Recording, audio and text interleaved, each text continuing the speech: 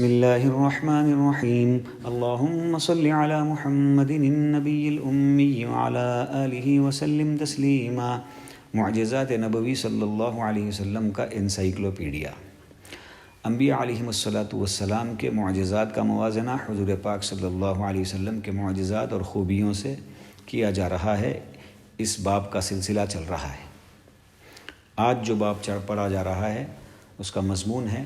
جو خوبیاں داؤد علیہ السلام کو ملی وہ محمد صلی اللہ علیہ وسلم کو بھی ملی۔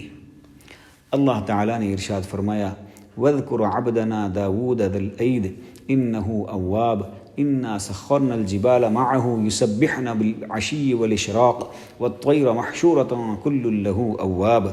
سورہ صاد کی آیت نمبر 17 سے 19 ہے، جس کا ترجمہ ہے اور ہمارے بندے داؤد علیہ السلام کو یاد کریں جو بڑی قوت والا تھا، یقیناً وہ بہت رجوع کرنے والا تھا۔ ہم نے پہاڑوں کو اس کے تابع کر رکھا تھا، اس کے ساتھ شام کو اور صبح کو تسبیح خوانی کریں اور پرندوں کو بھی جمع ہو کر سب کے سب اس کے زیر فرمان رہتے۔ اور اللہ تعالیٰ نے دوسری جگہ ارشاد فرمایا وَلَقَدْ آتَيْنَا دَاوُودَ مِنَّا فَضْلًا يَا جِبَالُ أَوِّبِي مَعَهُ وَالطَّيْرَ وَأَلَنَّا لَهُ الْحَدِيدَ أَنِ اعْمَلْ سَابِغَاتٍ وَقَدِّرْ فِي السَّرْدِ وَاعْمَلُوا صَالِحًا إِنَّهُ بِمَا تَعْمَلُونَ بَصِيرٌ۔ سورہ سبا کا آیت نمبر 10 اور 11 کا ترجمہ ہے اور ہم نے داؤد پر اپنا فضل کیا، اے پہاڑ اس کے ساتھ رغبت سے تسبیح پڑھا کرو، اور پرندوں کو بھی یہی حکم ہے، اور ہم نے اس کے لیے لوہا نرم کر دیا کہ تو پوری زرہیں بنا اور جوڑوں میں اندازہ رکھ، تم سب نیک کام کیا کرو، یقین مانو کہ میں تمہارے اعمال دیکھ رہا ہوں۔ داؤد علیہ السلام بہت ہی خوشنما آواز والے تھے، اور اللہ تعالیٰ نے ان کے لیے چڑیا کو مسخر کر دیا تھا جو ان کے ساتھ تسبیح پڑھا کرتی تھی، اور پہاڑ بھی ان کا جواب دیتے اور ان کے ساتھ تسبیح پڑھتے تھے۔ داؤد علیہ السلام تیز پڑھنے والے تھے، وہ اپنے جانور پر زین کسنے اور اسے چرانے کے لیے لے جانے کا حکم دیتے، اور اس جانور کے واپس آنے یا اس پر زین کسے جانے تک وہ زبور کی تلاوت مکمل کر لیتے، پھر سوار ہو جاتے اور اپنے ہاتھ ہی کی کمائی کھاتے۔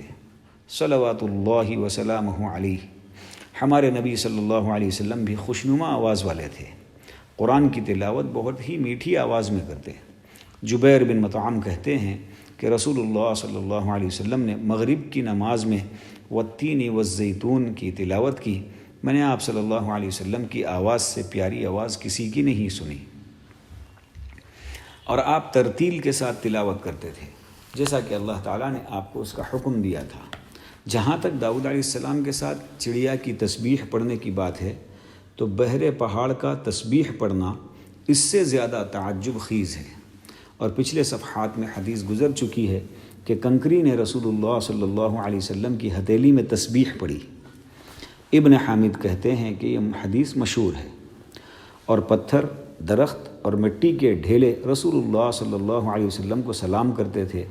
اور بخاری میں ابن مسعود رضی اللہ عنہ سے مروی ہے کہ ہم کھانا کھاتے وقت کھانے سے تسبیح کی آواز سنتے تھے،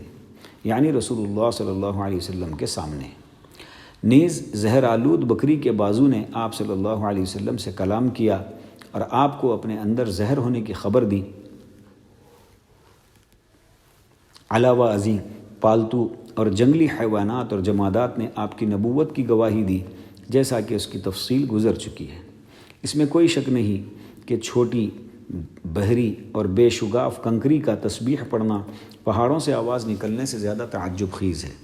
کیونکہ ان میں شگاف اور کھو ہوتا ہے،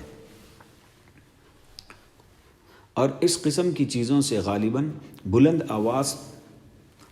ٹکرا کر نکلتی ہے، جیسا کہ عبداللہ بن زبیر کہتے ہیں کہ جب وہ مدینے کے امیر تھے اور حرم میں خطبہ دیتے تو ابی قبیس اور زرود نامی پہاڑ ان کا جواب دیتے، لیکن اس میں تسبیح نہیں ہوتی، لہٰذا اس طرح کے واقعہ کا شمار داؤد علیہ السلام کے معجزے میں ہوگا،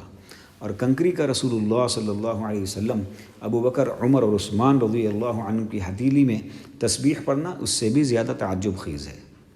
جہاں تک یہ بات ہے کہ داؤد علیہ السلام اپنے ہاتھ کی کمائی کھاتے تھے تو رسول اللہ صلی اللہ علیہ وسلم بھی اپنے ہاتھ کی کمائی کھاتے تھے، جیسا کہ آپ صلی اللہ علیہ وسلم اہل مکہ کی بکریاں چند قیرات پر چراتے تھے اور آپ نے فرمایا کہ کوئی نبی ایسا نہیں گزرا مگر اس نے بکریاں چرائی ہوں۔ اور آپ صلی اللہ علیہ وسلم مزاربت پر حضرت خدیجہ رضی اللہ عنہا کا مال تجارت لے کر ملک شام کو گئے۔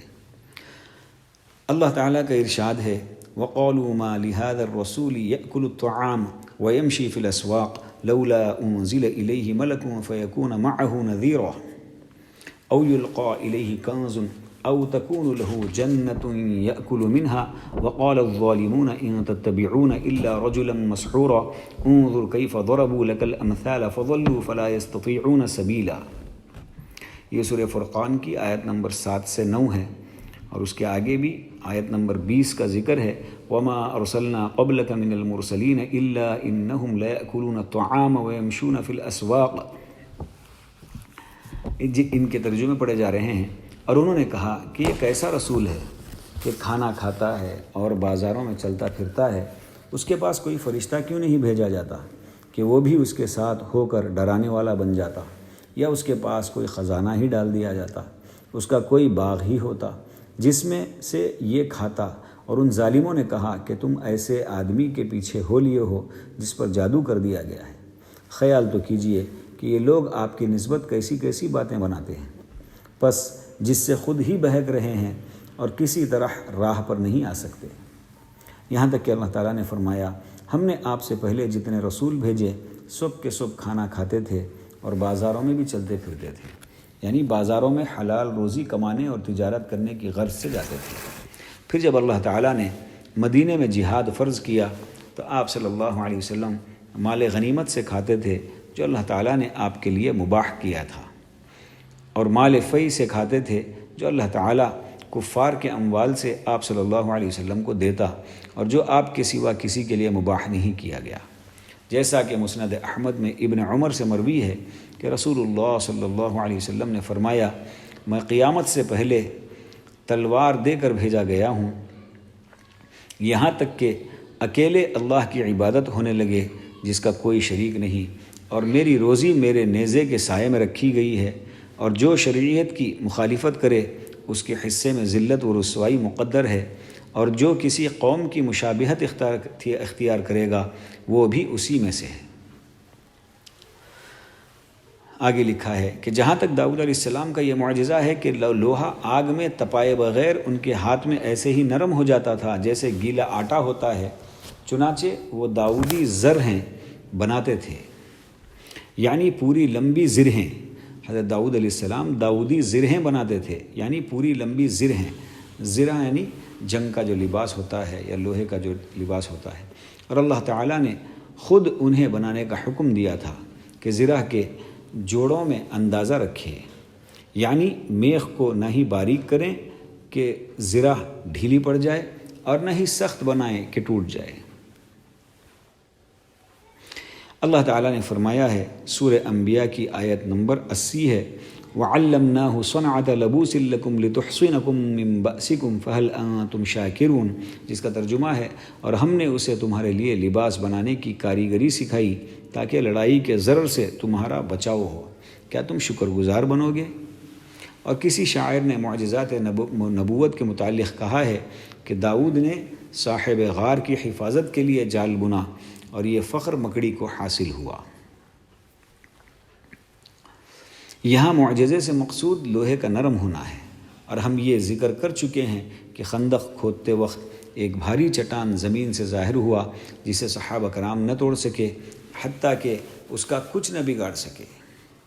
رسول اللہ صلی اللہ علیہ وسلم چٹان کے پاس آئے اور بھوک کی شدت کی وجہ سے آپ نے اپنے پیٹ پر ایک پتھر باندھ رکھا تھا۔ آپ نے اس بھاری چٹان پر 3 ضربیں لگائی۔ پہلی ضرب سے روشنی چمکی جس سے شام کے